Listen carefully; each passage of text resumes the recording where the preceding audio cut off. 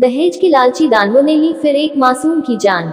नागौर जिले की डेगाना तहसील के नींदी कला गांव के रहने वाले नंद किशोर तिवारी पुत्र राजमल तिवारी ने जब अपनी लाड़वा सरोज का विवाह आज से करीब 10 वर्ष पूर्व मेहता रोड के समीप प्रिया श्याम दास के रवि पुत्र मुरलीधर उपाध्याय हाल मुकाम अहमदनगर महाराष्ट्र के साथ किया तो शायद ही यह सपने में भी नहीं सोचा होगा कि 7 जन्म तक अटूट बंधन निभाने के दावा करने वाले यह दहेज के लोभी भेड़िए उनकी लाड़वा सरोज पर जुल्मों सितम ढहाकर बेरहमी से गला घोंटकर या जहर देकर मौत के घाट उतार दिया।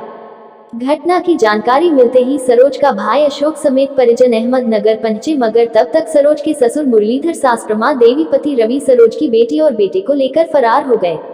सरोज के परिजन सरोज की अस्पताल से लाश को लेकर उसकी ससुराल गए, जहां घर के ताला लगा हुआ मिला। 2 दिन तक सरोज के परिजन ने शव का दाह संस्कार नहीं करने की जिद पर अड़े रहने पर सरोज का पति रवि आया, तब मंगलवार की रात सरोज का दाह संस्कार किया गया। सरोज के भाई अशोक तिवारी ने बताया कि मेरी बहन सरोज का विवाह 10 साल पहले रवि उपाध्याय के साथ मेरे गांव में हुआ। सरोज की एक लड़की और लड़का भी है। पति रवि नशे में धुत होकर घर से 10 लाख रुपए लाने की मांग करता था। सरोज ने अपने पिता की आर्थिक हालत सही नहीं होने की दुहाई भी दी। सरोज की सास प्रमा, ससुर मुरलीधर और पति रवि के अत्याचार दिन ब दिन बढ़ते गए। सरोज ने अपने भाई अशोक और परिजनों को अत्याचारों के बारे में जब भी बताया तो सरोज के ससुराल वालों ने आइंदा नहीं करने की बात कहते हुए माफी मांग लेते थे। गत 1 महीने से सरोज अपने पीहर नींदी ही थी और अचानक उसकी सास और पति रवि ने फोन कर सरोज को अहमदनगर बुलाया, जहां रविवार की रात में उसे मौत की गहरी नींद में सुला दिया।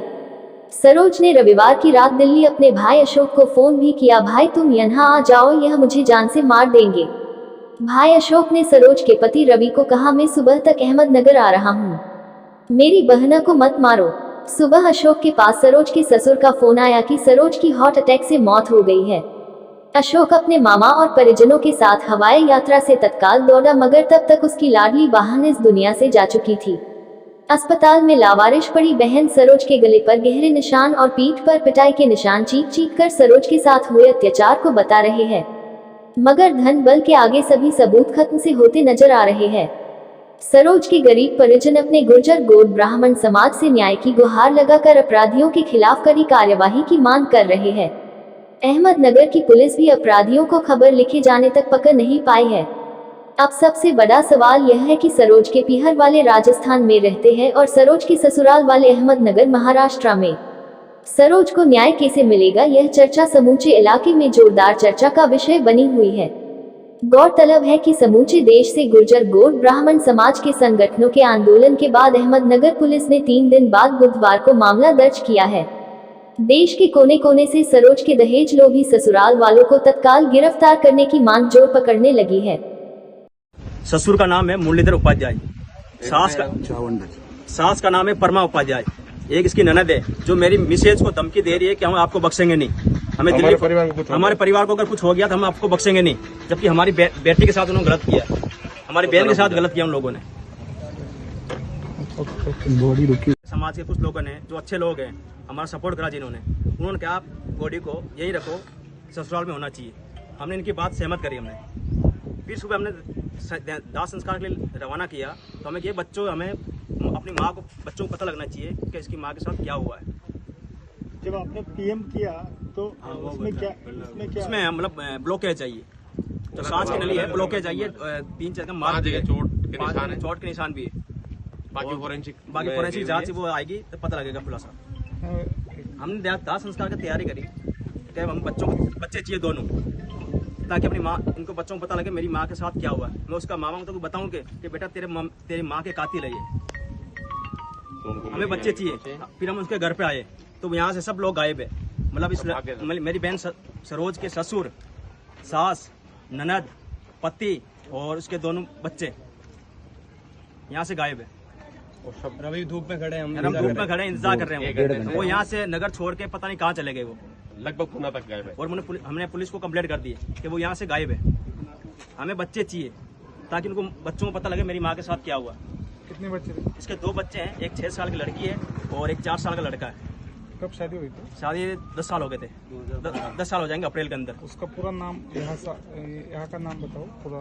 सरोज, इसके पति का नाम तो है रवि उपाध्याय। मेरी बहन सिस्टर है जिसकी इन्होंने हत्या कर दी, उसका नाम है सरोज उपाध्याय। ससुर का नाम है मुरलीधर उपाध्याय, सास का नाम है परमा उपाध्याय। एक इसकी ननद है जो मेरी मिसेज को धमकी दे, लोगों ने मार डाला उनको गला दबा के। ये 4 दिन से मतलब अपने मायके राजस्थान से आई थी। 4 दिन से इसके साथ मारापीट हो रही है और इसके ससुर, सास, ननद और इसका पति, ये चारों मिलकर साथ बहुत अत्याचार कर रहे हैं। कल परसों रात में इसके साथ बहुत मारपीट हुई है, घसापीटी हुई इसके साथ, इसकी मेरे पास प्रूफ है। और इसके साथ मैंने इसका समझाया इसके पति को मैंने कि मैं सुबह पहुंच जाऊंगा, इसके साथ कुछ गलत मत कर, कोई मारपीट मत कर इसके साथ, मैं सुबह पहुंच जाऊंगा। जब भी इसका पति कह रहा मैं इसको मारूंगा, मैंने कहा मैं अपनी बहन से बात करा मेरी, तो मेरी बहन कह रही है भैया तू सुबह के क्या करेगा, ये मेरे को छोड़ेंगे नहीं, तू जब तक सुबह आएगा कुछ नहीं करेंगे। ये सारे मेरे पीछे पड़ गए, मेरे को नोच रहे हैं सारे के सारे मिलकर ये। और आधे घंटे बाद फोन करता हूँ मैं उसको, मैं कि मैं मेरी बहन से बात करा, कह रहा ये बेहोश हो गई। मैंने कहा फिर मेरी बहन से बात करा मेरे को, तो मेरी बहन से बात कर रहा हूँ, उसकी खाली एक आवाज़ निकल रही है बस, और कुछ आवाज़ नहीं आ रही है। उसके बाद वो कह रहा मैं उसको ये बेहोश हो गई है। मैंने फिर ये हॉस्पिटल लगे गए, हॉस्पिटल लगा, कह रहा है ये मतलब इसका ससुर कह रहा है कि इसको अटैक पड़ गया।